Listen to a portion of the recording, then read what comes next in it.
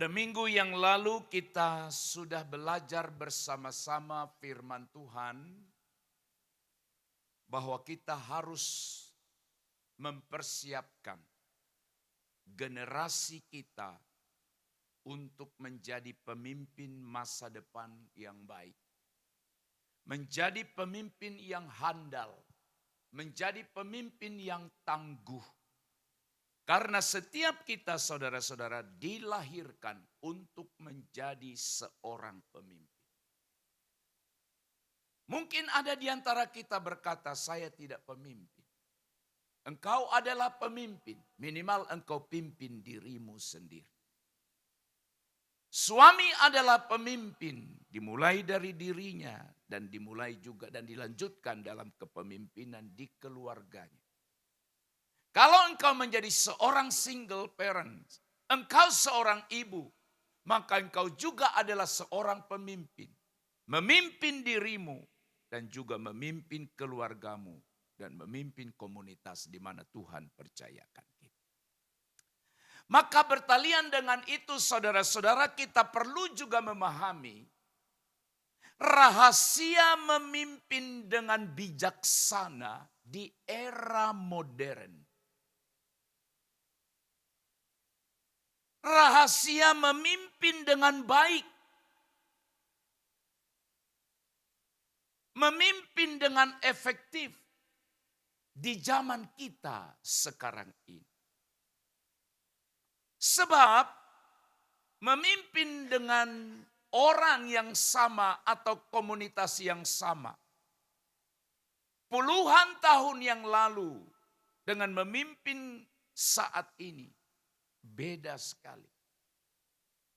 Nah, oleh sebab itu saudara-saudara, bagaimana di zaman ini, bagaimana di era ini. Tapi luar biasa, Alkitab kita up to date. Mampu memberikan kita panduan. Mampu memberikan kita cara supaya kita dapat memimpin dengan baik. Saudara-saudaraku sekalian, di tengah kegalauan, di tengah hiruk pikuk dunia yang serba cepat, kita seringkali mencari sosok pemimpin yang inspiratif. Pemimpin yang inspiratif yang memberikan kita inspirasi. Yang memberikan, mengajarkan pada kita hal-hal yang baru, berguna, bermanfaat pada kita. Seseorang yang tidak hanya memiliki visi yang jelas. Memang seorang pemimpin harus punya visi, jauh melampaui orang yang dipimpinnya. Tetapi dia juga harus mampu membimbing, memberdayakan orang-orang lain atau orang yang dipimpinnya. Musa adalah seorang tokoh penting dalam sejarah.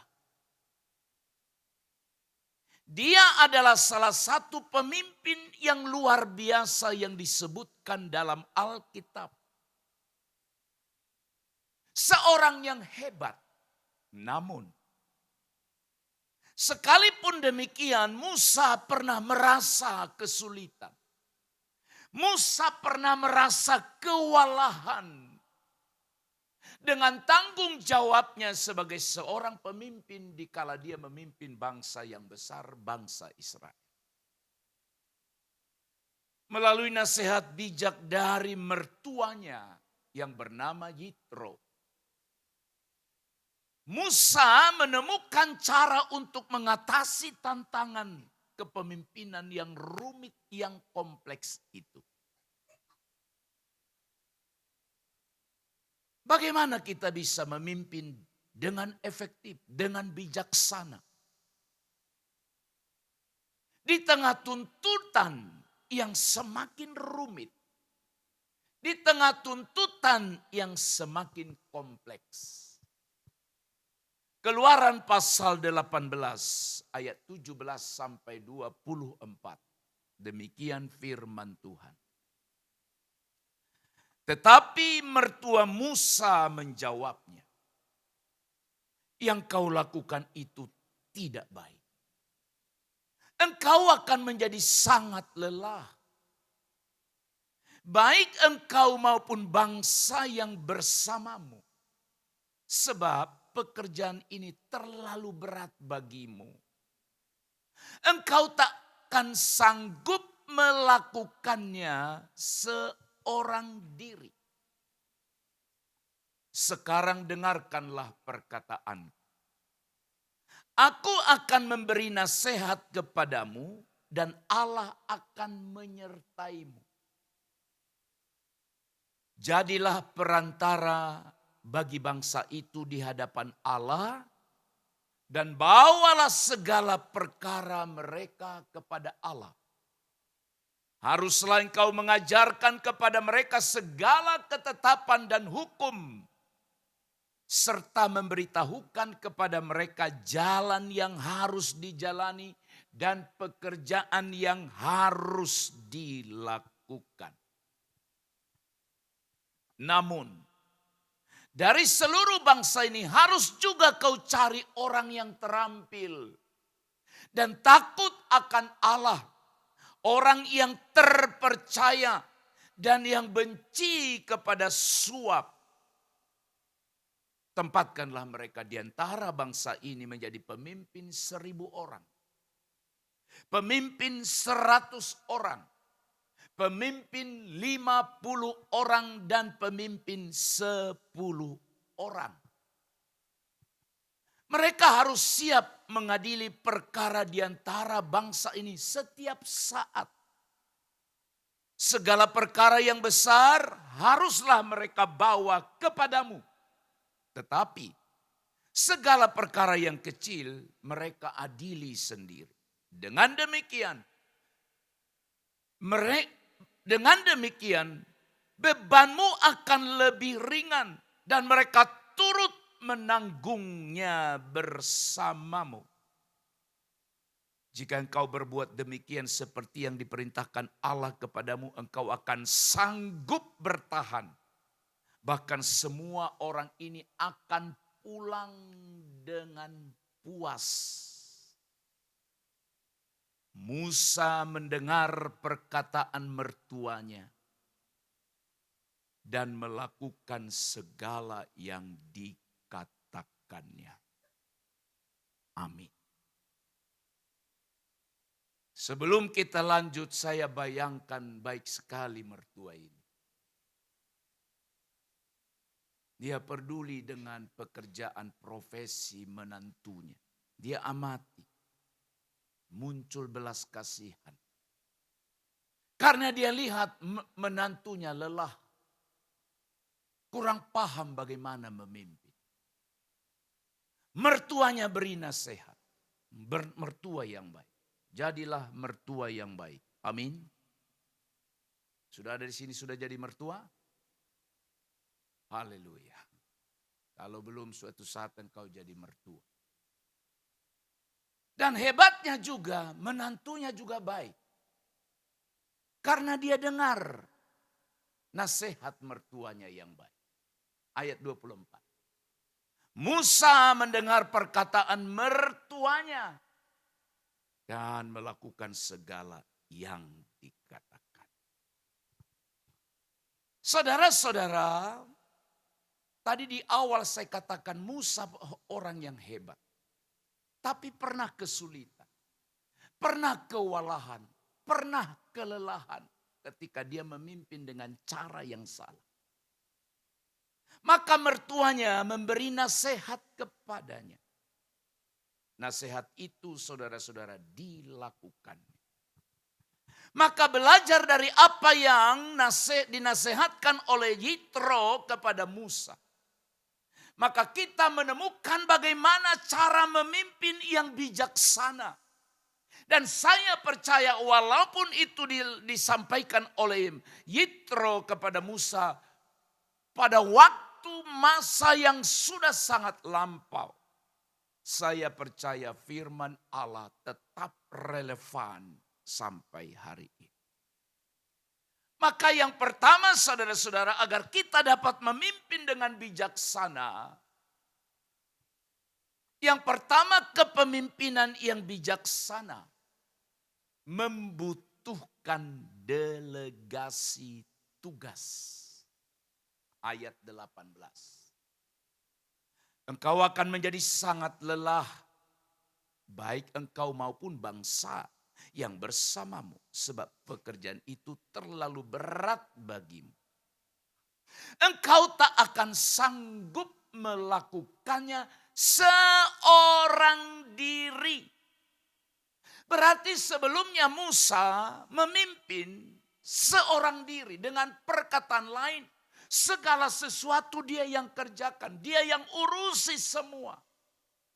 Maka Yitro mertuanya melihat, wah kalau seperti ini bisa mati cepat ini.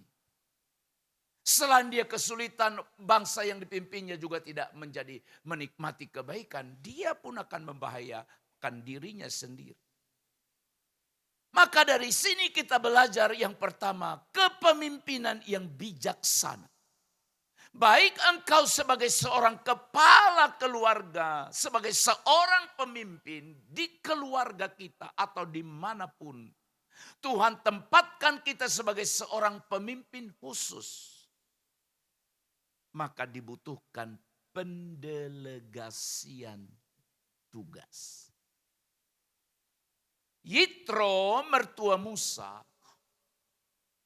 melihat bahwa Musa terlalu membebani dirinya sendiri dengan segala urusan bangsa Israel.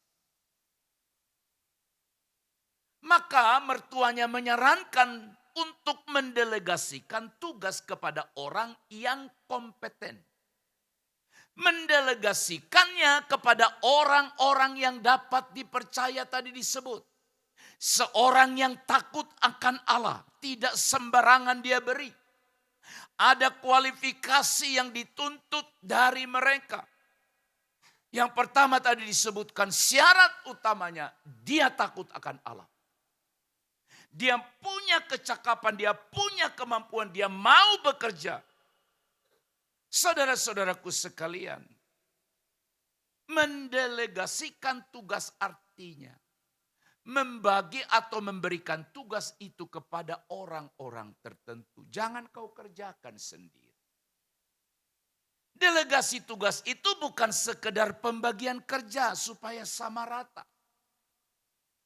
Tetapi sebenarnya itu sebuah tindakan kepercayaan. Pemimpinnya percaya kepada anak buahnya bahwa dia sanggup melakukan itu. Persoalannya ada orang yang mendelegasikan tugas, dikasih jabatan kepada seseorang, tapi dia nggak bekerja, dia juga yang mengerjakannya. Itu salah. Saudara-saudara, di gereja ini juga saya lakukan itu. Makanya ada berbagai bidang-bidang yang ada di sini. Kenapa? Saya tahu kalau saya semua mati saya cepat. Saya ketua ABI. Ketua anak sekolah minggu. Ketua WB juga saya. Ketua kaum pria saya. Ketua kaum muda juga saya. Apalagi? Ada lagi bidang-bidang yang lain. Bidang diakonia saya. Koordinator pemain musik saya. Maka dalam 1-2 bulan dia akan tewas. Nah saudara-saudara, Yitro lihat itu, kasihan sekali ini menantu ini. Wah, bisa cepat-cepat janda nanti borunya, putrinya. Maka dia kasih tugas, dia kasih pembelajaran. Tapi seorang pemimpin ketika dia delegasikan tugas juga dia harus percaya bahwa dia mampu lakukannya. Dan orang yang menerima tugas itu pun harus bekerja. Sebab sekarang ini ada banyak orang yang hanya sekedar jabatan. Tidak ada action. Tidak ada sesuatu yang dikerjakan. Ketika seorang pemimpin mendelegasikan tugas, ia mengakui bahwa anggota timnya itu memiliki kemampuan. Memiliki kompetensi, memiliki sesuatu yang bisa dia kerjakan untuk berkontribusi atau untuk berbuat sesuatu bagi organisasi atau apapun. Makanya kan ada pepatah, bukan pepatah, ada ungkapan bilang begini, the right man on the right place. Artinya tempatkanlah orang yang memiliki kemampuan pada bidang yang akan dia pimpin. Jangan tempatkan orang dia tidak bisa kerja di situ. Sebab orang yang ditempatkan pada bidang tertentu yang tidak dia kuasai, dia pun akan stres, akan sulit. Dan hasilnya pun tidak akan maksimal. Memiliki kemampuan dan potensi. Hal ini juga menunjukkan saudara-saudara bahwa pemimpin itu sadar dia terbatas. Artinya dia tidak bisa kerjakan sendiri. Tidak mampu melakukan segala sesuatu dengan dirinya sendiri. Kita ini terbatas. Hanya Tuhan yang tidak terbatas. Keterbatasan yang ada pada diri kita akan menuntun kita memberi kepercayaan pada orang lain. Ketika seorang pemimpin mendelegasikan tugas, ia juga mempercayai bahwa Tuhan akan bekerja melalui anggota timnya. Ini secara rohani. Dia percaya Allah bekerja, Allah akan lakukan sesuatu melalui kamu, melalui dia. Dan ini saudara-saudara adalah tindakan iman yang menunjukkan bahwa pemimpin tersebut tidak mengandalkan kekuatannya sendiri. Di rumah pun lakukanlah itu. Jangan bapak semua. Bapak cari duit. Bapak belanja. Bapak memasak. Bapak bersihkan rumah. Bapak nyuci. Semua bapak. Hai ibu dengar. Tidak lama lagi dia akan tinggalkan kau. Tinggalkan bukan pindah ke tempat keluarga lain. Tidak, pulang. Pulang kemana? Ke surga. Karena kelelahan dia. Kalau anak-anak sudah mulai mampu, sudah besar, kasih dia tugas. Yang matikan lampu setiap pagi kamu. Itu kau sanggup lakukan itu.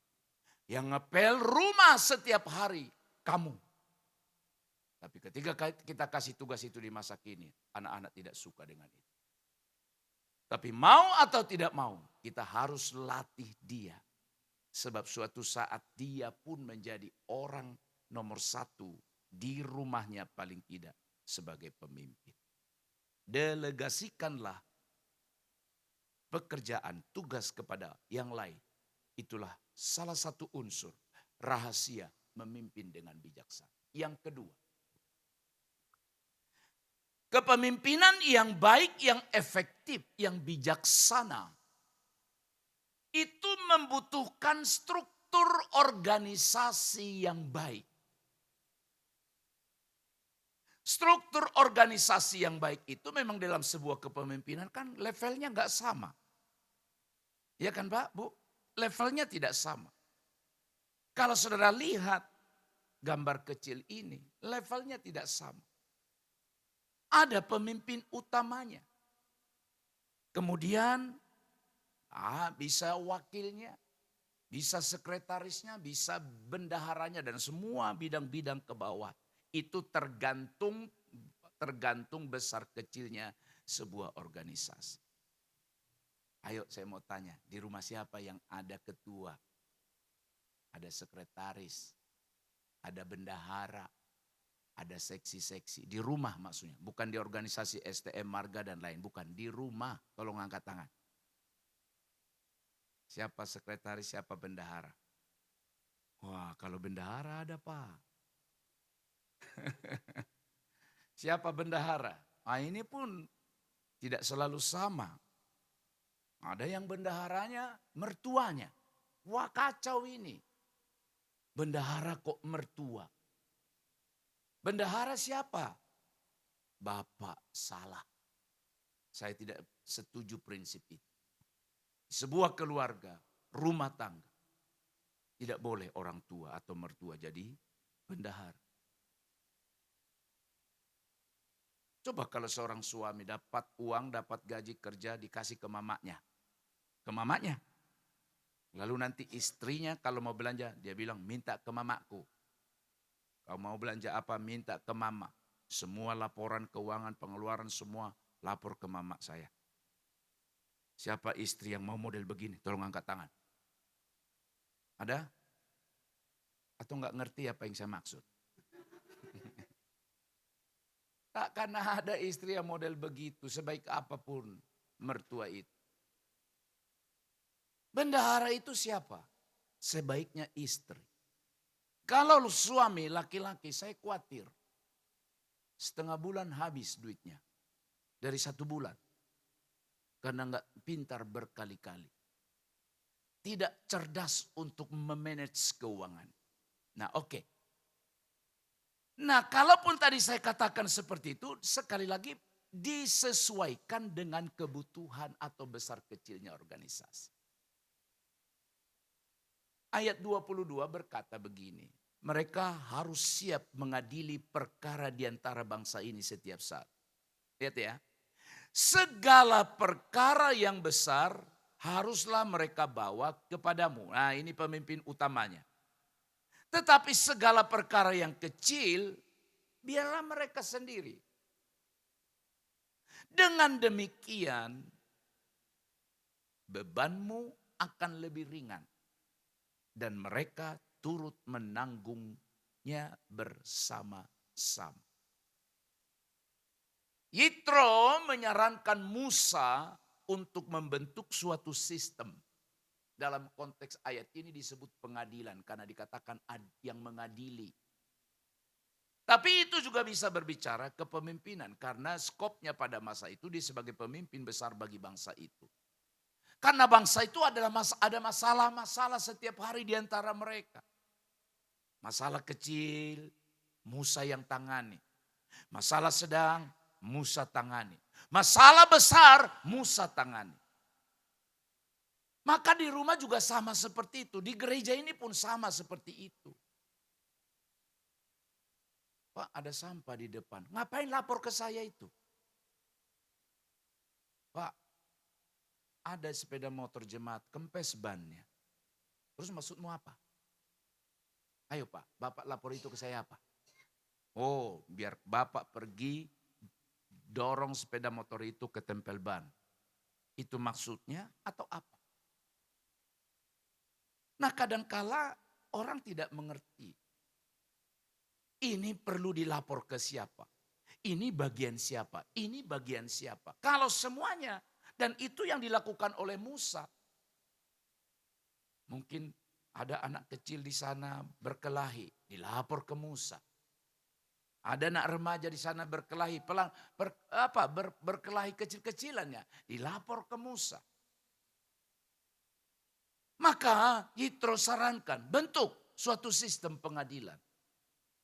Dengan menunjuk hakim untuk menangani berbagai kasus. Sekali lagi tergantung pada besar kecilnya organisasi. Struktur organisasi yang baik itu memberi kerangka kerja. Ya, ini bertanggung jawab kepada siapa? Ini harus melapor kepada siapa? Nah, kadangkala memang kita tidak mengerti hierarki kepemimpinan. Makanya saudara-saudara, saya sedikit mundur ke sini ya. Hanya melihat saja. Nah, kalau saudara lihat seperti ini struktur itu kan ada garis-garisnya. Coba lihat yang paling bawah itu. Yang paling bawah itu tidak boleh langsung lapor ke paling atas yang sendiri di atas itu. Tidak boleh. Dia lapor kepada siapa? Di atasnya. Dia selesaikan kalau dia tidak bisa selesaikan, dia lapor di atasnya. Yang di atasnya itu tidak bisa selesaikan, baru dia lapor ke atas, naik terus. Makanya dikatakan kalau yang besar-besar kasih tahu ke saya. Kalau yang kecil kamu adililah sendiri.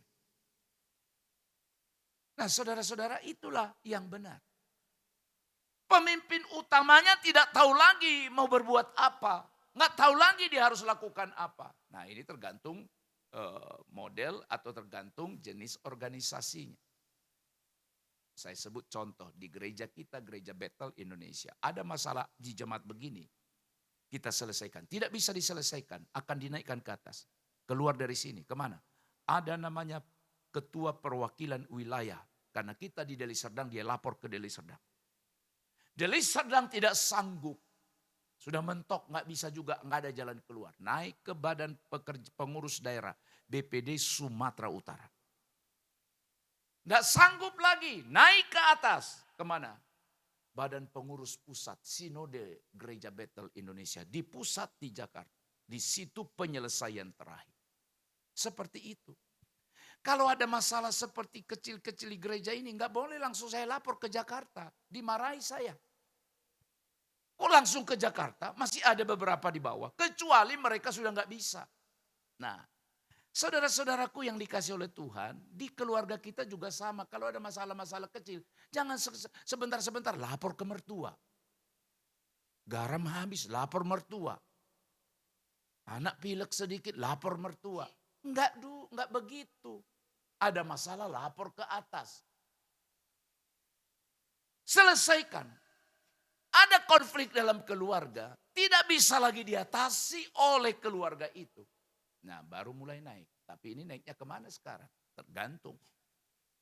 Jadi saudara-saudaraku sekalian, diharapkan setiap kita untuk melakukannya. Sehingga kita pun, baik yang memimpin dan yang dipimpin, sama-sama menikmati kehidupan ini dengan baik. Struktur yang baik itu juga memfasilitasi koordinasi. Koordinasi itu ini tugas siapa, ini tugas siapa, ini tugas siapa. Dikoordinasikan sehingga tidak ada pekerjaan yang tumpang tindih.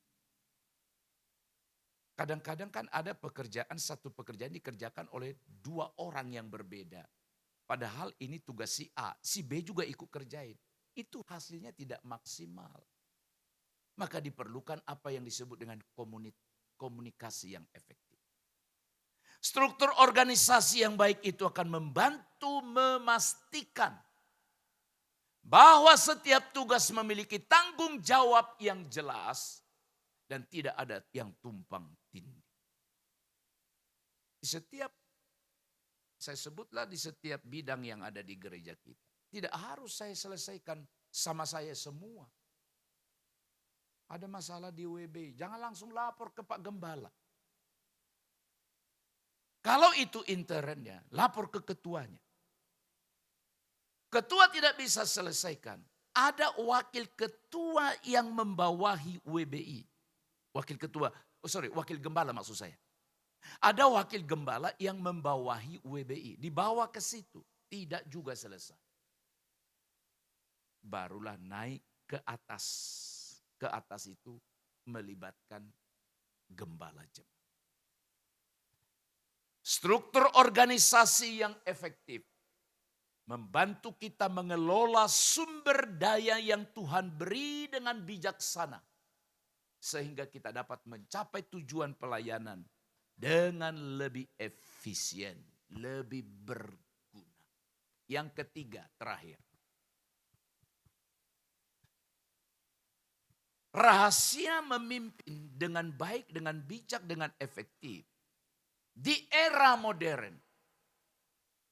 Yang ketiga, kepemimpinan yang bijak membutuhkan kemampuan untuk membina hubungan.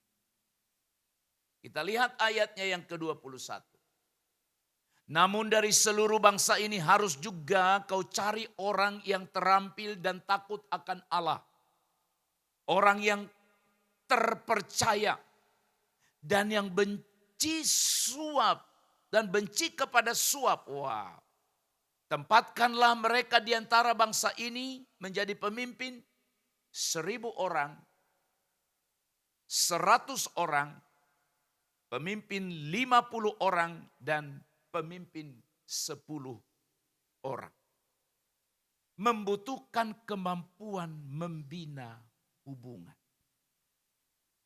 Membina hubungan sehingga dia dapat memilih orang-orang yang tepat. Yitro menyarankan kepada Musa untuk memilih orang-orang yang takut akan Allah. Jujur, dapat dipercaya. Tadi disebut juga benci suap. Jadi itu pun sudah ada jauh sebelum yang sekarang. Sebab kalau dia tidak benci suap, nanti yang benar bisa jadi salah. Yang salah bisa jadi benar. Karena pengaruh suap. Pada zaman Musa, mereka sudah tahu itu. Maka Yitro bilang, benci artinya tidak mau disuap. Untuk menjadi hakim. Saudara-saudara, khususnya bagi kita dalam kepemimpinan pelayanan rohani. Kepemimpinan itu bukan tentang memerintah, tetapi tentang melayani. Inilah teladan Yesus Kristus Tuhan kita. Walaupun dia sebagai pemimpin utama, dia tidak menganggap dirinya bos. Tidak menganggap dirinya hanya memerintah sewenang-wenang saja. Bagi pelayanan rohani, kepemimpinan itu adalah pelayanan, melayani. Pemimpin yang efektif itu mampu membangun hubungan yang kuat, hubungan yang baik dengan anggota timnya. Sehingga mereka merasa dihargai, didukung, termotivasi untuk memberikan yang terbaik. Maka di setiap bidang-bidang yang ada di gereja ini saya hadir walaupun tidak setiap saat. Dan saya tidak perlu harus hadir setiap kali ada WB Ibu. Dimanapun kebaktian WB setiap hari Rabu, Pak Gembala harus ada. Kalau nggak datang jangan bilang, nggak peduli dia sama kita. Masa setiap WB saya harus hadir, setiap sekolah minggu saya harus hadir, setiap ibadah remaja saya harus hadir, setiap apa lagi? Setiap KTM, ya saya hadir. Karena itu sudah menyangkut umum. Tapi yang tadi itu kan masih kategorial. Remaja sendiri, sekolah minggu sendiri, WB sendiri, kaum bapak. Ya karena saya kaum pria, ya bukan hampir. Ya saya selalu hadir di antara mereka. Untuk apa? Membangun hubungan. Saudaraku sekalian yang terkasih dalam Tuhan, membina hubungan yang baik dengan orang lain adalah kunci keberhasilan dalam kepemimpinan. Makanya sebutlah, saya enggak sebut staf ya, saya di gereja sebutlah para pelayan, kawan sekerja Allah, tim penggembalaan. Itu kan yang masuk dalam struktur. Dengar, kalau hubunganmu dengan saya tidak baik, engkau tidak nyaman melakukannya. Saudara benci sama saya. Tapi saudara ada di situ, tidak akan baik. Dan saya juga sama seperti itu. Tidak ada yang saya biarkan begitu. Saya, siapa di antara saudara yang bermusuhan dengan saya? Enggak ada dan saya tidak mau bermusuhan. Saudara-saudara, Roh Kudus itu bekerja dalam hati setiap orang percaya dan inilah hubungan yang sesungguhnya. Ya. Hubungan yang sesungguhnya menghasilkan buah roh dalam komunitas kita. Kasih, sukacita, damai, sejahtera, kesabaran, kemurahan, kebaikan, kesetiaan, kelemah lembutan dan penguasaan diri. Menurut Galatia pasal 5 ayat 22 sampai 23. Kemampuan untuk membina hubungan yang baik adalah karunia Roh Kudus. Artinya kemampuan itu diberi. Atau kalau kita tidak mampu melakukannya, maka kita perlu menjalin hubungan lebih dekat dengan Roh Kudus. Saudara-saudara yang terkasih dalam Tuhan. Kepemimpinan yang sejati bukan memerintah, tetapi untuk melayani. Bukan untuk dilayani, teladan daripada Kristus. Kepemimpinan yang efektif, yang bijaksana adalah perpaduan antara karunia rohani. Tuhan berikan itu. Keterampilan manajerial ini karena dipelajari. Ada ilmunya, ada ilmu leadership. Tapi yang berikut jangan diabaikan. Karakter Kristiani. Kita harus berbeda dengan pemimpin-pemimpin yang tidak mengenal Kristus. Maka dengan menerapkan prinsip-prinsip tadi, yaitu pendelegasian tugas, membuat atau membangun struktur organisasi yang baik, dan membina hubungan yang baik, hubungan yang kuat, maka kita dapat menjadi pemimpin yang lebih efektif, lebih bijaksana, dan membawa pengaruh atau dampak positif bagi orang di sekitar kita. Oleh sebab itu, saudara-saudara, Alkitab berkata, tunduk dan taatlah kepada orang yang memimpinmu. Berdoalah bagi mereka yang memimpinmu. Karena mereka ditempatkan oleh Tuhan untuk berjaga-jaga. Demi kebaikanmu, demi kebaikan kita bersama. Kiranya Tuhan menolong dan memampukan kita. Amin. Mari kita berdoa. Segala kemuliaan bagi Tuhan, hormat dan syukur yang memperlengkapi kami dengan kebenaran saat ini. Pendengaran kami, pemahaman kami terbatas, tapi kami punya keyakinan ada sesuatu yang tidak terbatas, yaitu Roh Kudus yang sanggup mengajari setiap kami. Apa yang kami dengar hari ini kurang sempurna, kurang baik, tapi Roh Kudus akan menolong kami ketika kami memberi diri untuk diajar oleh Roh Kudus-Mu. Meteraikan firman-Mu pada setiap kami, ya Tuhan. Dalam nama Yesus, kami mengucap syukur. Haleluya. Amin.